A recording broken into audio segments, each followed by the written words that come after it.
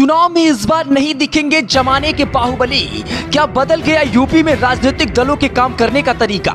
UP में जहां एक जमाने में बाहुबलियों के बगैर चुनाव नहीं हो सकते थे, वहीं अब राजनीतिक दल बाहुबलियों से दूरी बना रहे हैं। कई बाहुबली तो जेल में आजीवन कारावास की सजा काट रहे हैं। एक जमाने में बाहुबलियों के बगैर यूपी में चुनाव नहीं होते थे, चाहे विधानसभा चुनाव हो या फिर लोकसभा चुनाव, सभी जगह उनका बराबर दखल हुआ करता था। उनके सामने चुनाव लड़ने की किसी की हिम्मत नहीं होती थी। अब जमाना बदल गया है। ऐसे ज्यादातर लोग या तो जेल में हैं या फिर सियासी रसातल में पहुंच गए हैं। उदाहरण के तौर पर मऊ सदर सीट से विधायक बनने वाले मुख्तार अंसारी का जलवा होता था। मऊ गाजीपुर के हर छोटे बड़े चुनाव में उनका हस्तक्षेप रहता था। समय का पहिया घुमा और आज वो जेल के सलाखों के पीछे हैं। ऐसे ही पूर्व सांसद धनंजय सिंह को 7 साल की सजा सुनाई गई है। उनका राजनीतिक भविष्य अधर में लटका हुआ है। हालांकि उन्होंने सजा के खिलाफ हाई कोर्ट का रुख किया है। राजनीतिक दलों ने भी बाहुबलियों से पीछा छुड़ाना शुरू कर दिया है। राजनीतिक जानकार बताते हैं कि सन 1970 से लेकर 2017 तक पूर्वांचल से लेकर बुंदेलखंड और पश्चिमी इलाके तक बाहुबलियों का बोलबाला हुआ करता था।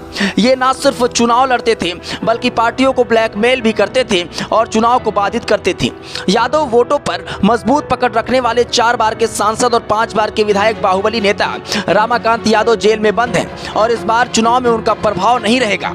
ज्ञानपुर के पूर्व विधायक विजय मिश्रा की हत्या के मामले में जेल में बंद उमाकांत यादव भी आजीवन कारावास की सजा काट रहे हैं। वो चुनाव में भाग नहीं लेंगे। राजनीतिक विश्लेषक ये मानते हैं कि उत्तर प्रदेश का चुनाव बिना बाहुबलियों के कभी नहीं लड़ा गया।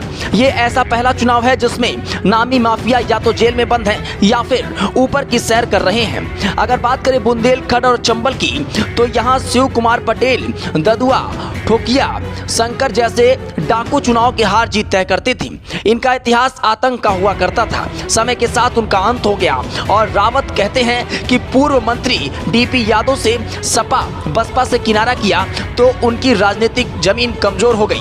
प्रयागराज में माफिया आतिक और उसके भाई अशरफ के ये 2 नाम थे जिनके इर्द गिर्द हर चुनाव घूमता था, लेकिन पिछले वर्ष दोनों की हत्या के बाद प्रभाव खत्म सा हो गया।